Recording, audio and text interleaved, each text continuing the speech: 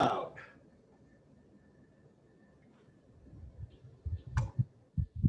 And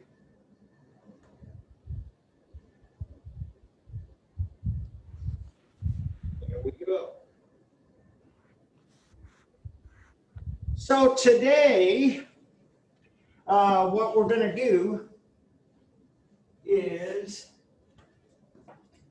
talk about the prehistoric Aegean for a little bit. Then I'm going to talk to you guys about journal search, library search. And so, let me see. Before I go any farther, I need to, one thing I don't have is my seating chart. Megan and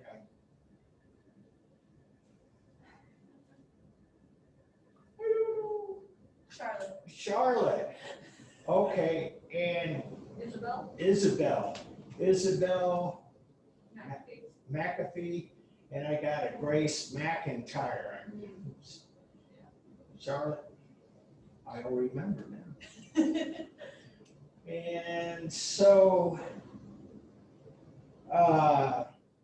anyway, doing the library research is going to be kind of important because it's going to play a major part of the next quiz. And so, do you want me to turn the lights off so you can see that better, or are you okay with it? Yeah, whatever you guys like. I don't know which one is which. I think they're both. Yeah, or yeah, just however you like. The prehistoric Aegean, and as usual, we got a map. And as I said the other day, we're going from Egypt and we're going north. And the Aegean Sea is kind of more or less in between Egypt and Greece. And so what we're looking at are cultures that arised north of Egypt and south of what this would be is Greece. And so you see this little bit of a map here, Asia Minor, there's Troy, Thebes, Athens, etc., Sparta. And so I'm going to lower this here a little bit. And the sarcophagus. We think this is the sarcophagus of King Minos, but we're not exactly sure. And so a sarcophagus is what? It's what you put a dead body in.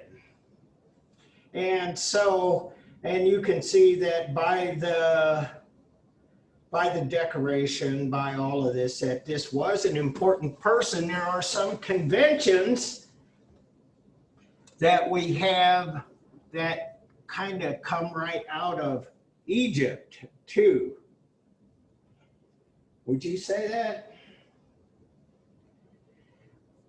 Maybe? Probably? No, you're crazy, Bohack. There's nothing similar about it. The style. Yeah, the style, the way that people are depicted in profile. That is something that is exactly like what they did in Egypt. And it's all on the same plane. This would be called a register. And so we have the other part is that they seem to be telling a story. We don't exactly know what this is. This looked like some kind of celebration and some kind of offering. We have people bringing in animals.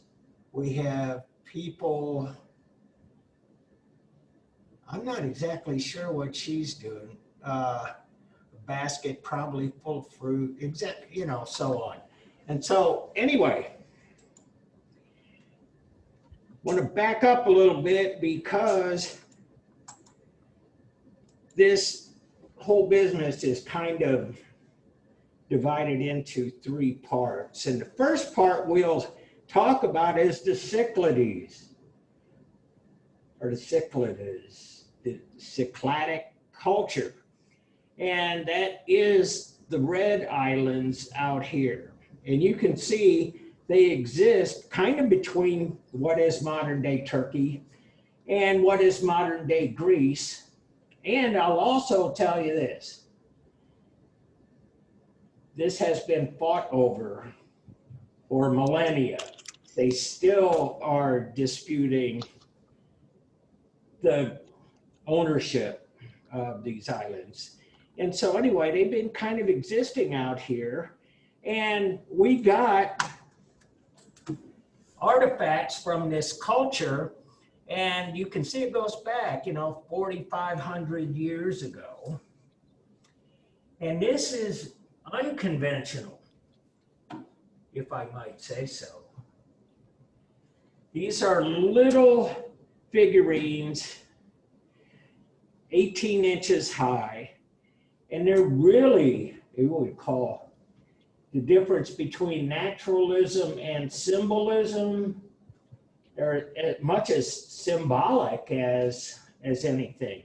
You have this triangular shape, which represents the head, and another very elongated triangular shape, the nose. And we know it's a woman because of the breast. We know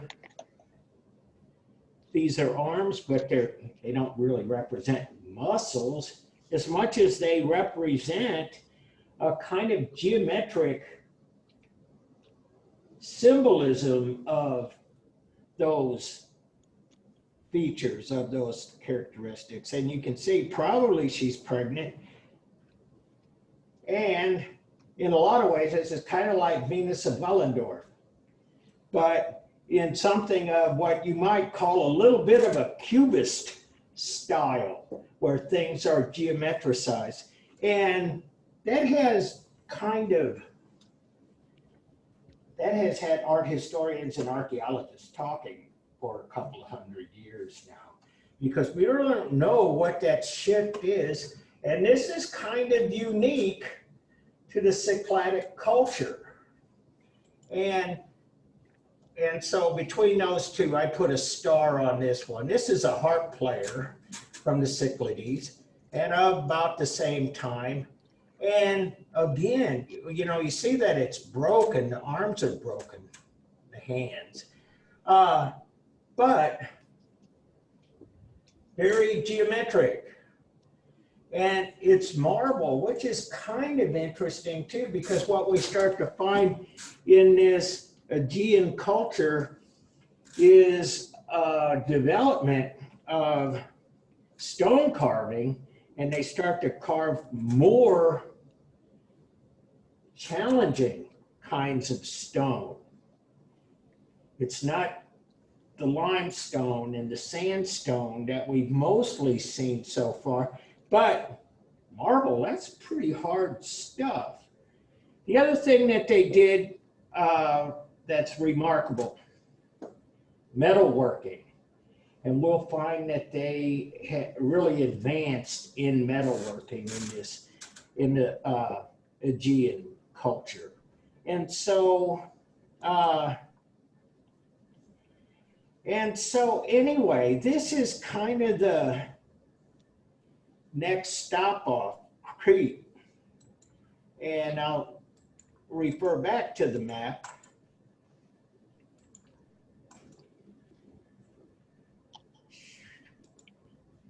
Crete, that's this big long island, and it's kind of the big culture of the area. And so we looked a little bit at the Cyclades, and we know we got the little figurines. We got Crete, and on this northern shore, Knossos, which is where we find the palace at Knossos. And this is the model that the the archaeologists created, and it is what we think this looked like, and it's really quite a magnificent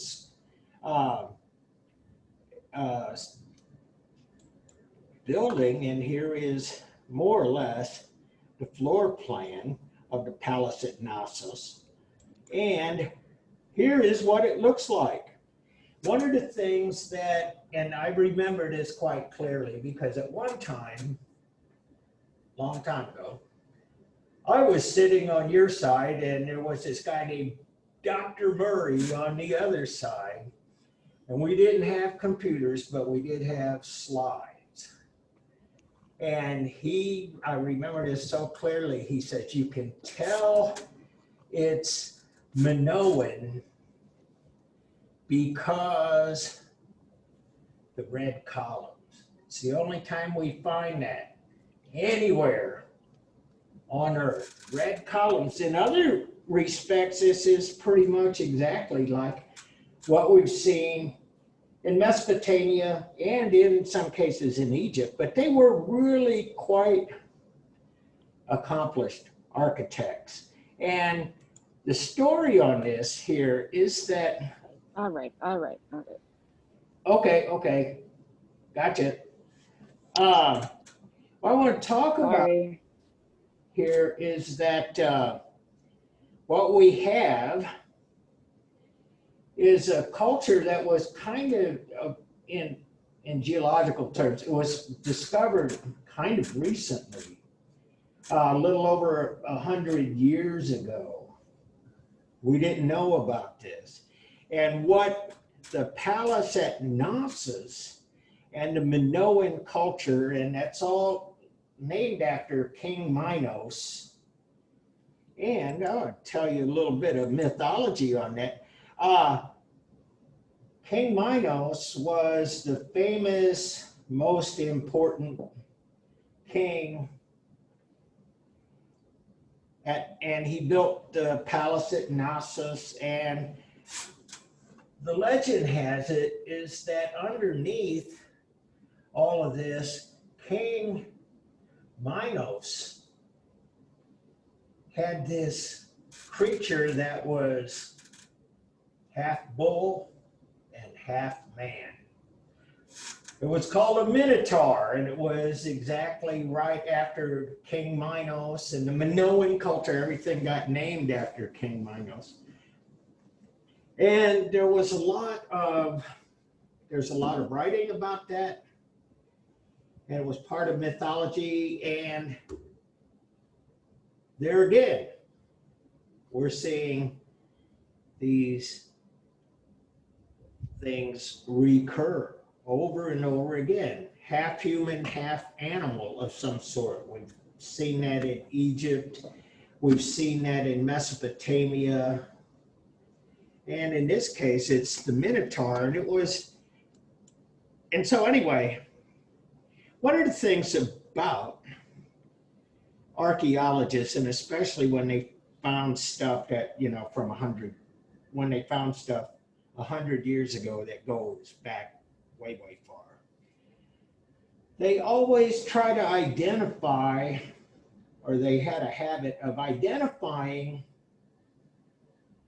the artwork in terms that they were familiar with. For example, Venus of Willendorf. Where'd that come from? We don't think that they actually believed in the Roman goddess of beauty and love back almost 30,000 years ago, but they identified it with something that they knew, a known quantity. And so when they found this piece, it's a fragment of a fresco, so it's just part of a painting that likely fell off the wall. They called Minoan woman or goddess, they don't know, La Parisienne, the woman from Paris, because she has lipstick, she has eye makeup, her hair is done, And the people who found this piece of fresco named it after what they knew, and they thought she looked like one of the women from Paris at that time. So that's why you get this name, and it still sticks, and that's why it's in parentheses. But we know she wasn't a Parisian woman, partly because Paris didn't exist. I put a star by this one too, and this is the Palace at Knossos, and the Minoan culture is like really the kind of the heart of this chapter. And we have a lot of stuff, they're still digging there, and they're uncovering more and more. And this is actually quite remarkable because it's a fresco, and B, that it is in really such good condition, saying that it's 3,500 years old. And so kind of extrapolate a little bit here. The Minoans are kind of, in some quarters, characterized as the culture of the bull.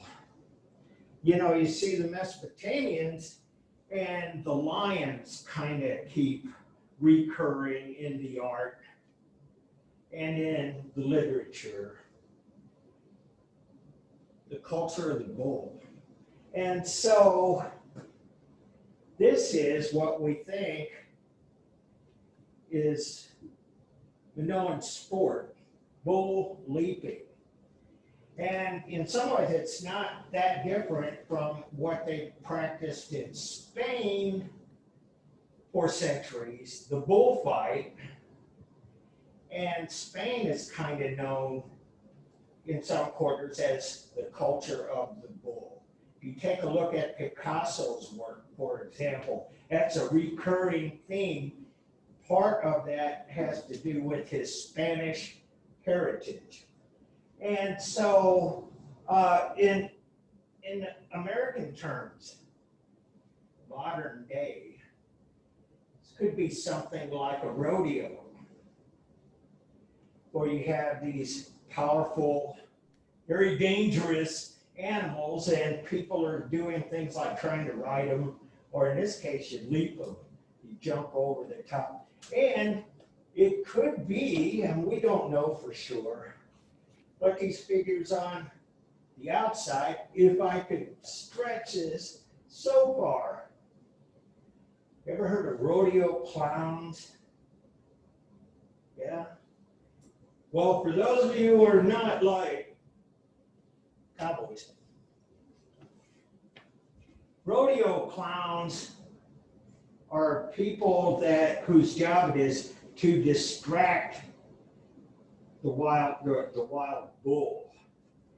And so they kind of do a lot of fast movement, they do things. And they're really kind of the people that keep everything in order. They dress like clowns in the US, but bottom line, if they weren't out there, people would get killed. And rodeo clowns help corral the bull, or, you know, just that kind of thing. So, as much as life changes, life sometimes remains the same. And so we see here, in terms of style, it's kind of naturalism and kind of symbolism. It's kind of a mix. We won't see heightened naturalism until we start looking at Greek art. But here we go. I put this on there because this is like iconic. The harp player is iconic from Cycladic culture, the palace, and bull leaping fresco, iconic from Minoan culture. And so this is like so amazing. And so this is from one of the Cycladic islands. Dura, and it's on the map. And so anyway, you know, these cultures, we know that they interacted a lot. And so a lot of the technology and a lot of the artwork and a lot of the other things spread. And we know that, and partly we know that is because of this. They were sailors. They were nautical. And so we know they had boats. And in part, if you take a look at the map of that part of the Mediterranean, there are a lot of islands. And if you had the good sense to follow the stars, knew which way the sun came up, and we know that the ancients knew all of this stuff. They could navigate. They could navigate by the sky without the need of a magnetic compass because they knew where they were and they knew how to get there. And so there are cultures all along this part of the Mediterranean, and they do interact with each other. And there's a lot of people who studied the nature of the interaction between the Egyptians going north. And so we think that maybe that has something to do with why their artwork is very similar and so on. This one's hit deep, and it's going to be off the wall. Base hit here, George. Base hit here. George Bench, the new downer, we're down one. We got a soundtrack. Yes. No line. Somebody got to turn the mute or speak up. And so We're now five, and now we're tied. George! Perfect! We got the win!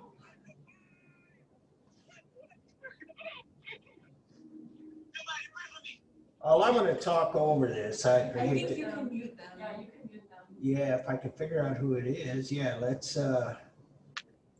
see.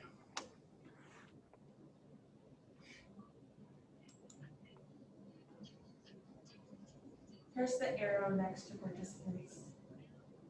Oh, there it is. Oh, that's invite. Go over to the little tab where you close off people so you can't see them anymore. Where it says talking. Oh, yeah, there we go. Yeah. Yeah, that's what I was Go looking to for. grid. And And then, yeah, right there. yeah, I'm thinking. Good. It's quiet. Maybe we got it. I don't know what I'd do without you guys. And so anyway, and here's some more later Cycladic art. And one of the things that's really kind of curious, to me anyway, I've always thought this, is that a lot of these figures really start to look like art from South Asia. You know, this could be right out of the heart of India. And the headdress and the way things are portrayed, the body language, everything. So anyway,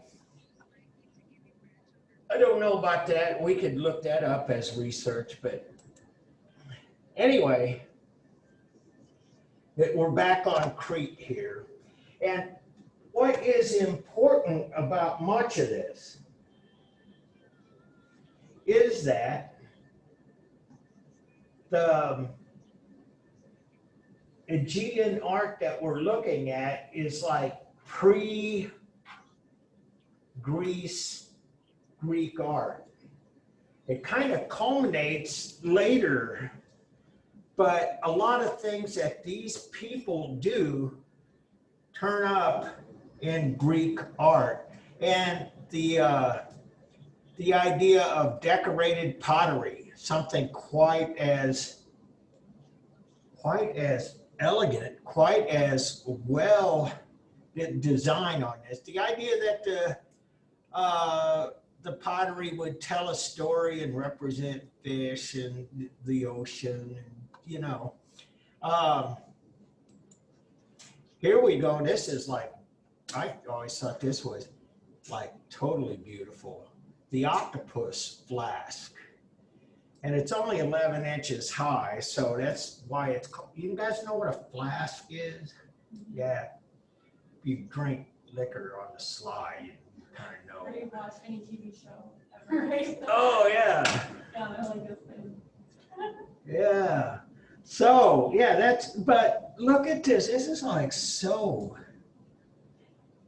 amazing. And in some ways, if you'll allow me, in terms of analyzing this, isn't it like much more, in some ways, much more realistic, and in some ways, kind of more design oriented too? It's taken it's much more decorative A than, lot more fun. and fun. Yeah, exactly. Yeah. I got fun from this, for sure. Because that's like a style that we kind of use today for the eyes for the octopus. Oh, yeah. Yeah. Good call. Absolutely.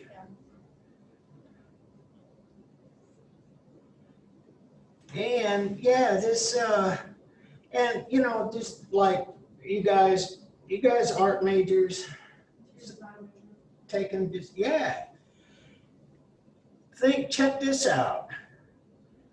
It's like the octopus would have all of these tentacles and the suckers around too.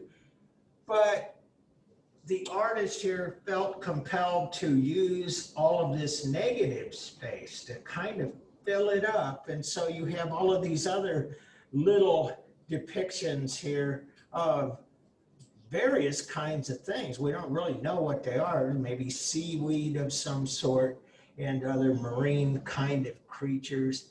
But the idea, and that's why I'm pushing the design element of this, is that it's really quite sophisticated in that way. It's truly amazing.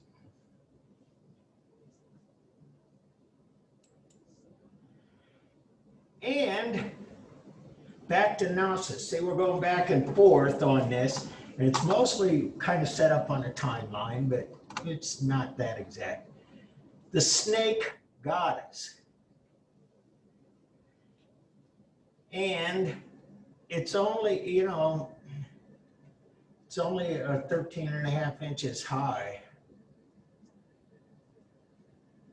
But this was quite a big reveal when this was found.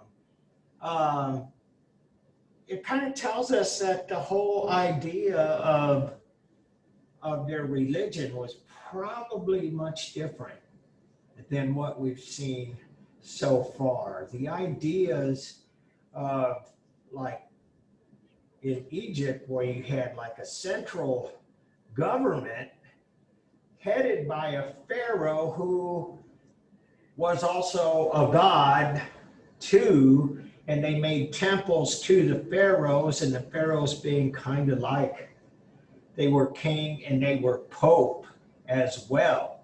We're starting to see this. We're starting to see different kinds of what you might call specialized God. You know, it's like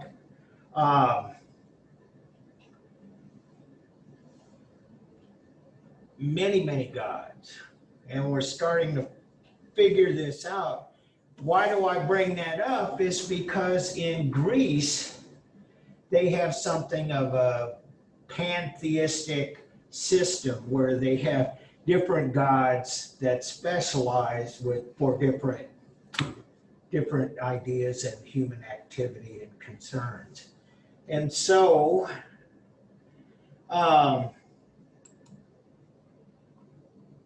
young God, we don't know exactly about this. See that thing right there? That's not space alien stuff. that is the glass prop to hold this all. Yeah, it's a stand.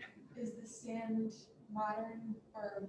Yeah, the stand's modern, just for, and I just thought this was kind of interesting. You guys ever get involved in museum studies? There are a lot of different things that you can do to help display art that is really in fragments like this. And so this is a solution. It's kind of an atypical solution, but it's probably a much more modern solution too, because in the past, we talked about this with archaeology. We talked about the skull from Jericho that had the clay on it and stuff. And it had the numbers written on the side. Somebody asked, why did they do that? They ruined this. See, that's something we would say today. And so you'll see things like somebody would drill a hole in this and put a steel rod in there. Wouldn't do that now, you know. And so, like a lot of things, it's a compromise. You know, talking about compromises, that's life, and that is art. Do compromises when you create an image of a person. How much naturalism, how much symbolism, how much abstraction. It's always somewhere in between, and those areas in between are often fascinating. But anyway, that's what that is. More.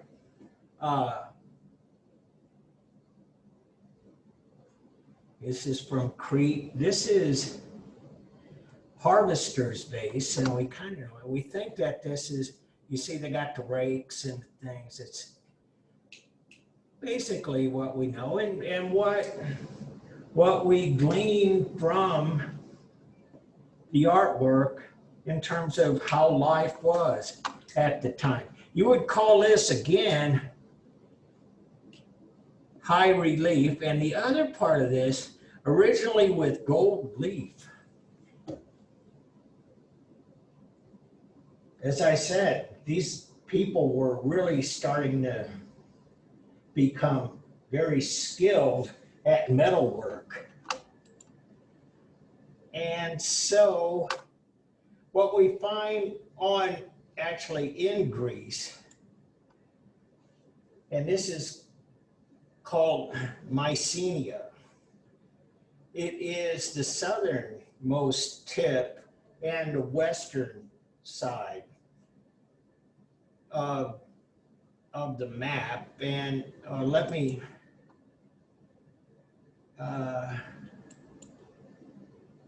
show you that.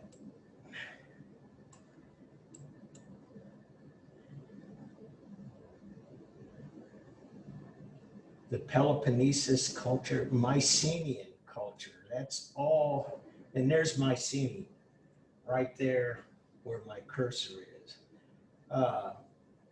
And so, yeah. Let's see all the slides. And so what we find there in Mycenaean culture is a lot of the same skills that we start to see develop in the Cyclades and on Crete. Architecture, one of the things that they end up doing here in Mycenaean culture is that they start to figure out that they didn't have to use the hypostyle, columns and a flat roof. They actually start this idea of a corbelled arch construction. This is really kind of unique. This is a major breakthrough. This is not quite as far as saying a dome, but it is new. We haven't seen that yet. And so we see the citadel. The citadel is a fortress. What we find is that the Mycenaean culture is much more warlike. And we know that from the history, restored view of the Megaron, Palace of Nestor, Pylos. Lion's Gate, Mycenaean, the treasury at Atreus, looking west in Mycenaean. Architecture is the inside of it. And so, yeah, it's about as close to a dome as we'll see. But you'll see, too, that it's kind of underground, too. So, anyway, grave circle.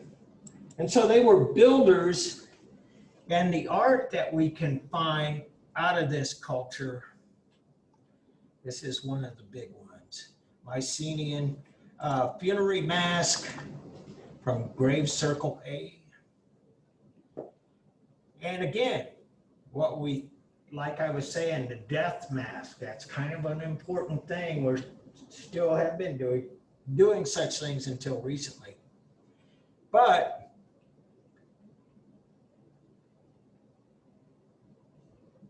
the idea that they were so skilled at metalwork, and the second is that this, although it's kind of a little worse for the wearer, seems to be more natural than you would find, especially somebody that was important enough to have a death mask made of gold. It's actually looked like you might recognize this person. Bring to mind what was going on in Egypt, where they all looked young, they all kind of looked the same. A lot of times we don't know the difference from one to the other except for the inscriptions. And so, and inlaid dagger blade, bronze inlaid with gold and silver. So this is front and center, the Bronze Age, and it is a dagger. And again, like I say, Mycenaeans seem to be much more warlike. Much of their architecture is fortresses.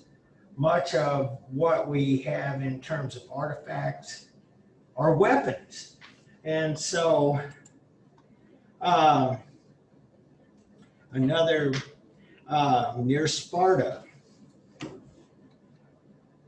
So Mycenaean culture starting to bleed into Sparta, the Spartans. How many of you guys know about, have heard of Michigan State University?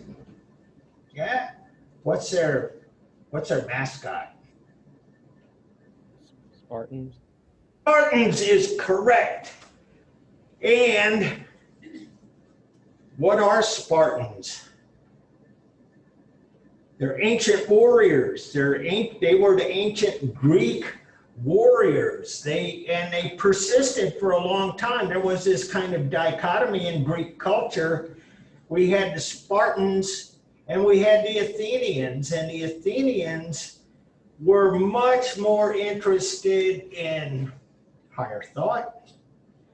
They were thought much more about beauty and truth and mathematics and higher learning and civilized as we know it. And the Spartans, on the other hand, much more warlike.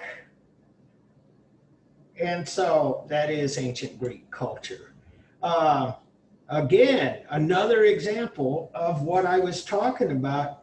And we don't really know this. This is just me making a projection. But again, another sculpture that looks like it could have come from South Asia.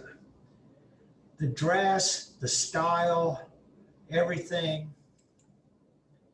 And so I'm gonna, and here is warrior vase, as I was saying, from Mycenae. 1200 BCE, 3200 years ago. And look at them. They are sophisticated. They are Bronze Age warriors. They have their shields, they have their spears, they have their daggers. And oh, this crater. You guys know what that means?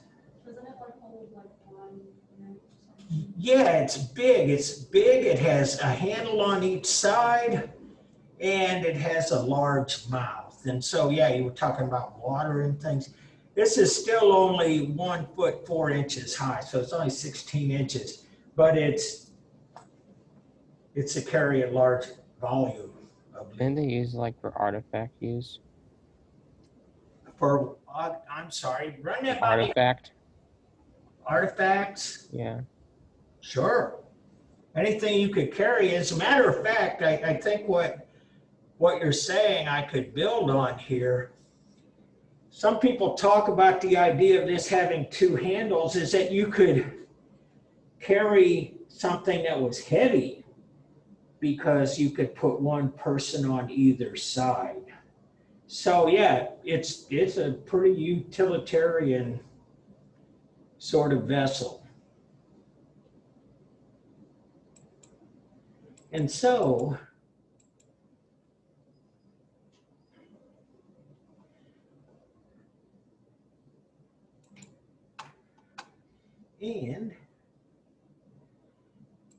and so it's about time to change to this. And I'll talk to you a little about it, and I'll talk to you a little about it before we do the quiz on Monday.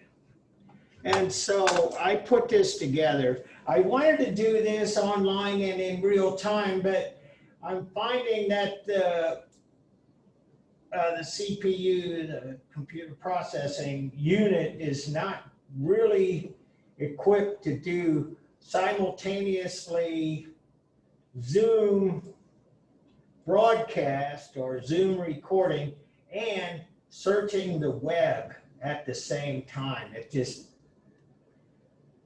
I can't do it yet. Someday it'll be as good as an iPhone, but not yet.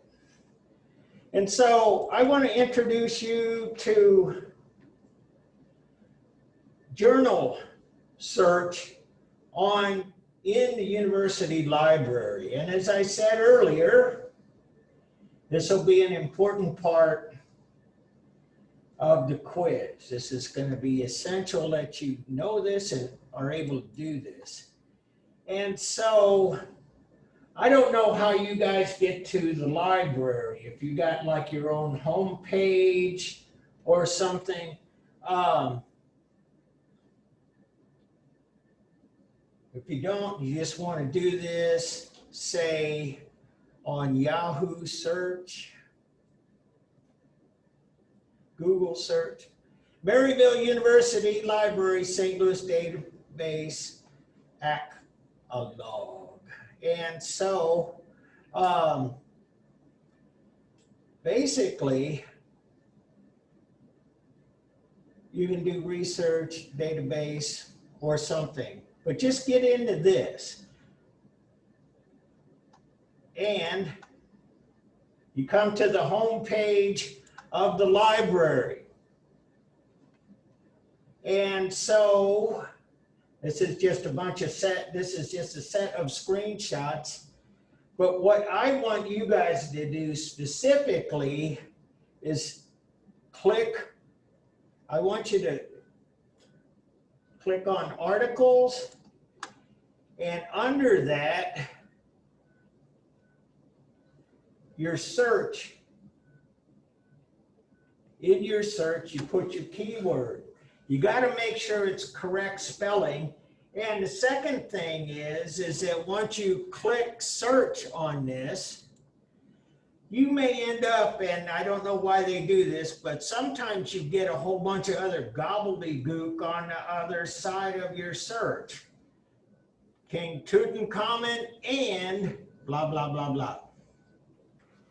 And so what I do, if it does that, it doesn't do it all the time, and I'm not sure why, but erase all of this stuff and search again. Because as you see, when you got all of the other stuff, you start getting a bunch of other stuff, like the number 2 find here is the Banquet of King Midas, and we're not looking for that. And so this is the search terms, and again, that's what I erased. And so it looks like this. Guys, follow me, I'm sure. You're probably way ahead of me. And so you'll find a bunch of stuff, especially if your search terms are as broad as King Tutankhamun. And so anyway, I left it like that just for demonstration purposes. But you'll For the see, quiz Monday? I'm sorry, could you speak up? So were you showing us this so we could use it on the quiz Monday, or do we need to do something with this, like this weekend?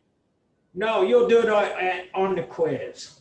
Oh, okay. So how many sources do we need to find?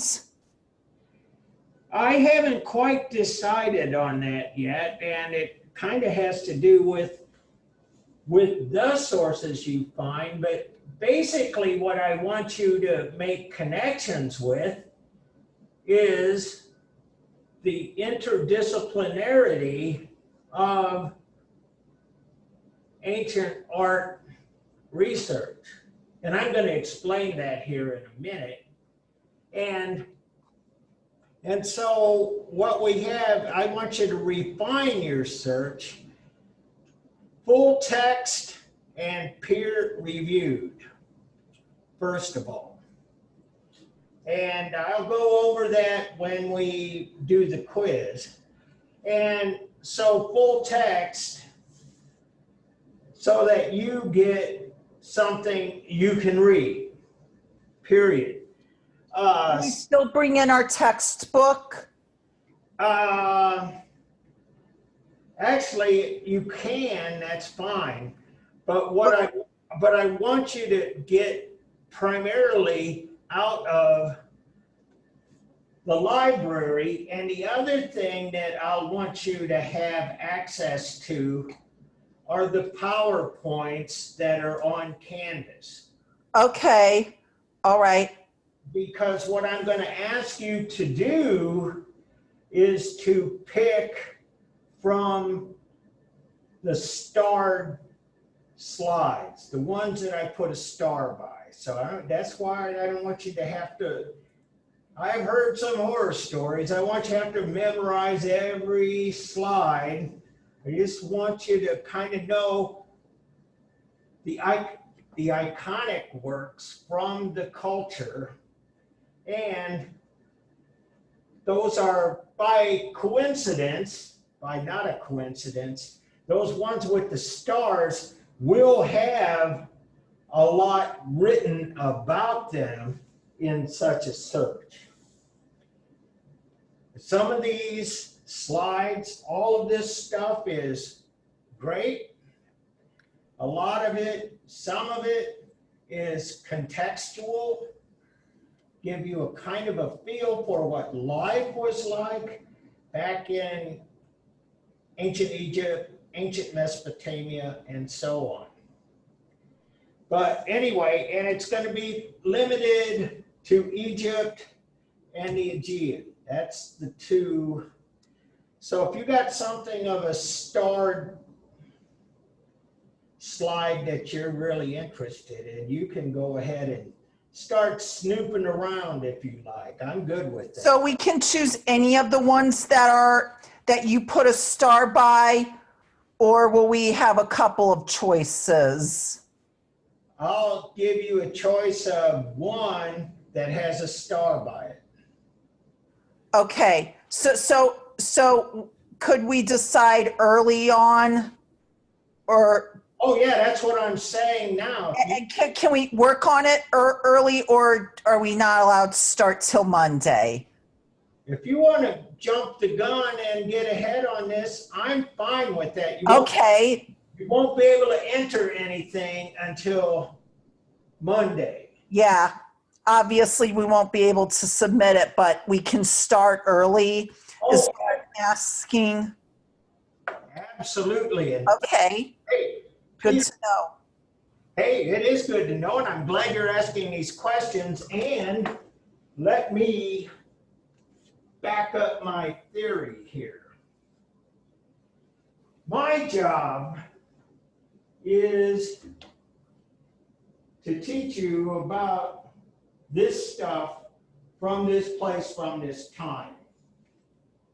And I'm not here to set a horse race. I'm not making it a competition. If you want to go ahead, that's why I'm telling you this now. If you want to go ahead and do some, you make me happy as a clam. You're learning. And that's really what it's about. It's not about setting up an obstacle course for you guys to navigate. And so, Peter, what you said, you can do that. That's partly why I'm telling you this now instead of waiting until Monday. So go for it, my friend. Okay. Yeah, Charlotte. So are the quizzes from now on gonna be like this, where we can do any start slide, or is it gonna be, are they gonna be a mixture of what was last time and what's gonna be this time? Oh, I'm trying to build up to this. The star slides are the ones that could be the subject, but I'm not gonna go back and ask you about things that don't have a star by them. And secondly, we'll see how you guys do with this, the journal search, and maybe the next time do something that's kind of both like the first quiz and this quiz. Because what I was finding for the first quiz was kind of the usual sources across the board. And that's why I said you guys were well prepared, because you knew Encyclopedia Britannica was good. You knew Khan Academy was good. You knew My Art Met was good. And so with those three kind of accounted for probably 90% of the sources. And so I'm trying to introduce you to a new set of sources, but I'm not going to pile on quite so much. And so we'll see how you guys do on this. And then I'll think about what we should do. And so back in the day before COVID, I just had a single question. Tell me about this artwork and why it is important. That was it.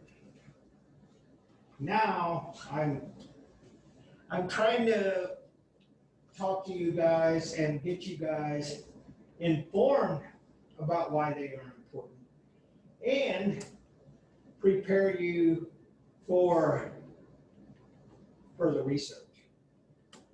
And so we'll take it a step at a time. And everybody seems to be giving a pretty good effort, so I'm not concerned about slackers.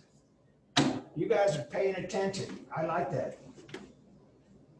And so back to, what was I talking about? Oh, research. So anyway, I said to make sure full text and peer reviewed. Do you guys know what peer reviewed means? Megan, what is that? You like have someone else read it and they tell you what you should fix and what you think is good, give them encouragement, give them some stuff that they need to work on. true, but Another when, credible source. yeah, when it's at this level of published research, that is, everything you said is absolutely true. The people who are reviewing are also scholars. So they have an editorial board, say at the Journal for JAMA, Journal of American Medicine Association, whatever.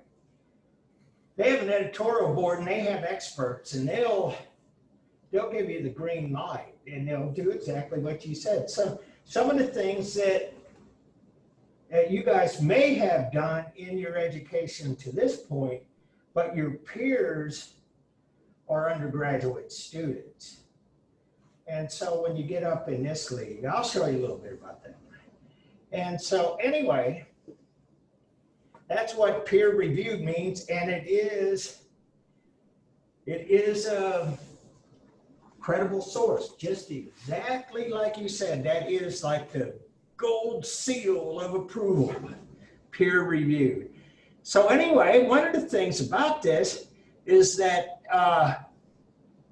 they've already done this for you. And oh, I forgot, I'm on slides here. And so here is the subject. So I want you to pay attention to this. Decorated wooden stick, gilded bark, wood identification, x-ray, blah, blah, blah. These are all, this is archaeology, and that is what it was published in. And so bottom line, this is very interdisciplinary, because what it is, as much as it is about archaeology and finding objects and identifying and stuff, it's about physics. And so this is kind of, you know, in the woods, in the weeds, infrared spectroscopy,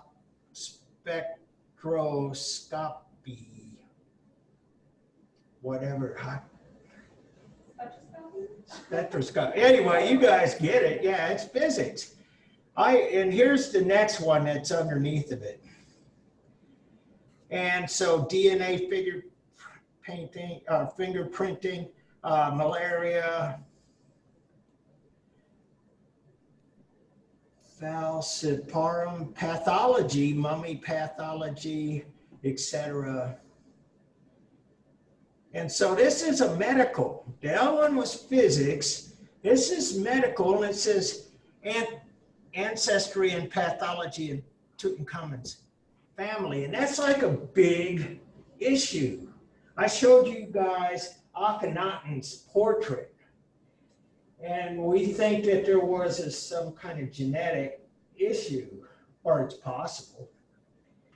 And a lot of times those genetic issues arise in people who are too closely interbred. And if you're a pharaoh, you probably come from a very narrow family tree. And so, you know, that's been happening even as recently as 100 years ago. Tsar Nicholas of Russia had a son that was going to be the heir to the throne, but he had hemophilia, which is a blood disease. That meant that his blood didn't clot, and that if he got a simple scrape, he could actually bleed to death, which was terrible. And so anyway, that is a kind of malady that arises when people are, the gene pool is too shallow. And so anyway, I put that on here. These are the subjects. So you know, before you even click on this, about what it's going to talk about. I circle this guy's name. I recognize that from the beginning, in part because he is the director of cultural studies and heritage in Egypt. He is like the big culture minister. And so he shows up. Actually, I watch a lot of these ancient Egypt shows too, even if it is aliens and stuff. I don't care. But I know if Dr. Hawass is in there, this is like seal of approval, gold standard. And so anyway, and so here it is. This is, you click on it, and here are Supreme Council of Antiquities. There's Hawass right there at the top of the list. And so, Journal of American Medical Association. Yeah, American Medical Association. Anyway, as I was saying,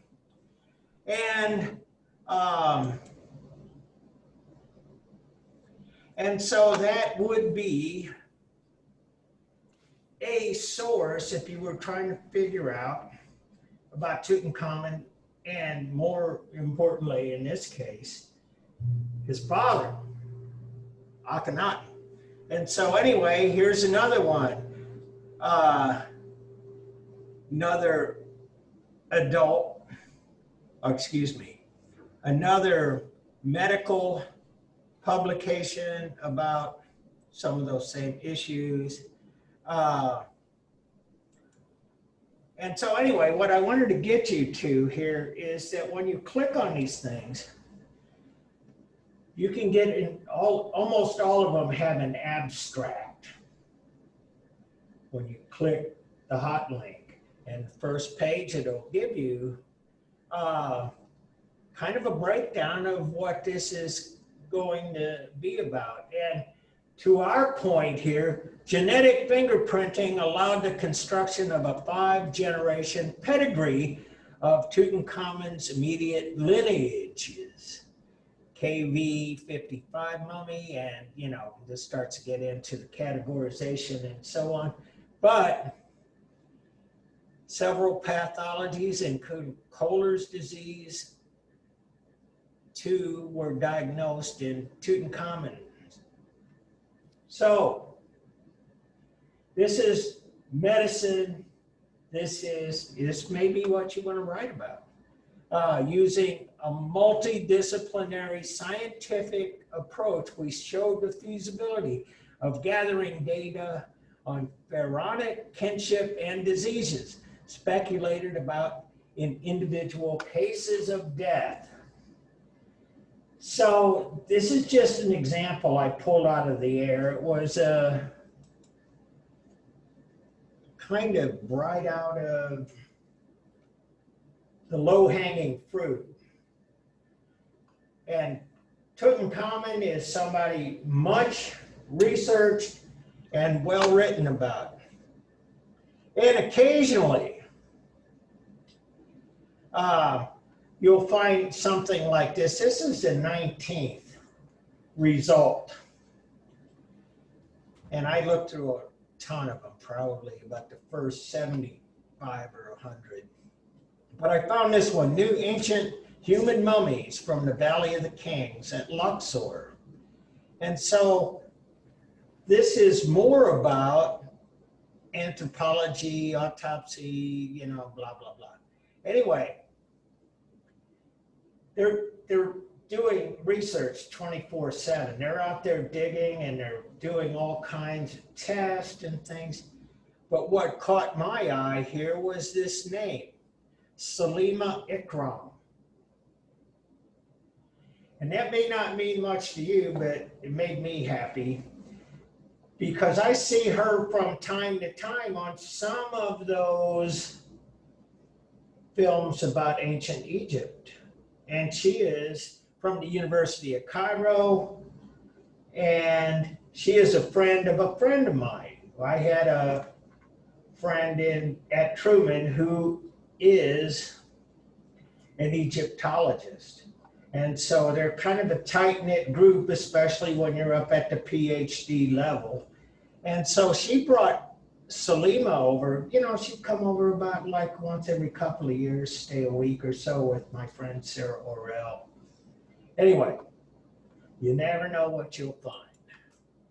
And so there she is. There's the abstract. These are the major subjects. And so it's basically anthropology, autopsy, and radiography. So if you want to know that, this is all there, right there in the abstract, and it's right up front.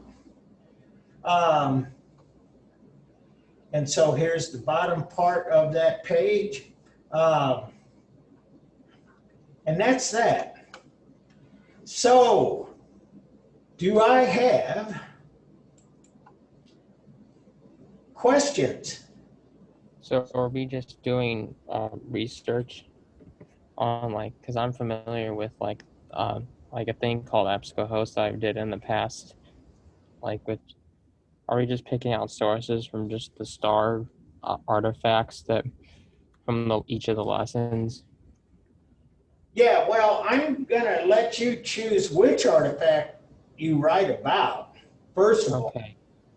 And so I want you, and part of that is, if you are interested in something that we have looked at, I want to say I can go with that. I'm good with that. And so whatever you are interested in, I can do, as long as it's one of the starred slides. Got it.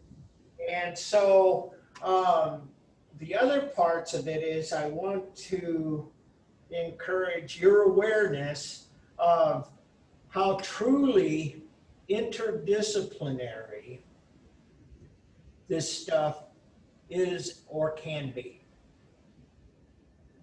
And so I'll give you the question. I still haven't quite perfected that, but it's, I got to do something that you guys can do, and that it won't take you like 2 weeks to get done. Okay. So it's going to be kind of simple, but I'll want you to. If we were gonna pick an artifact, we could just pick out some articles just from that source and cite them. Yeah. Oh, you're talking about citations too. I'll get into that on Monday. But one of the nice things, and I already closed that slide, but in that search, you can actually cut and paste a very good and properly formatted biographical source. I mean, it's there. It's got the author and the other authors, the place, time, date, everything right there. It's perfectly formatted. And that will be something I want you to do as endnotes again. And so you guys did pretty well with giving me the URL.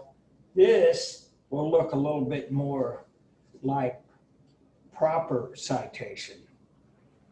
But it's easy. It's easy if you're doing this.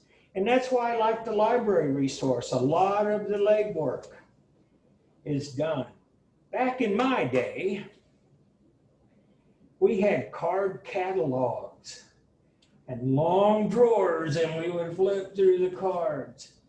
Not so anymore. They made it easier, and they made it better. So you can, a student, you guys can learn more about this stuff as an undergraduate than the most educated PhDs would have known 50 years ago. In fact, much of it wasn't even discovered 50 years ago. So anyway, that's the format. We good, Alex? Yep, I got it. Thank you. You bet. Well, I'm thinking it's time to say goodbye. I'll see you guys. See you on Monday and have a great weekend, okay? Thanks. You bet.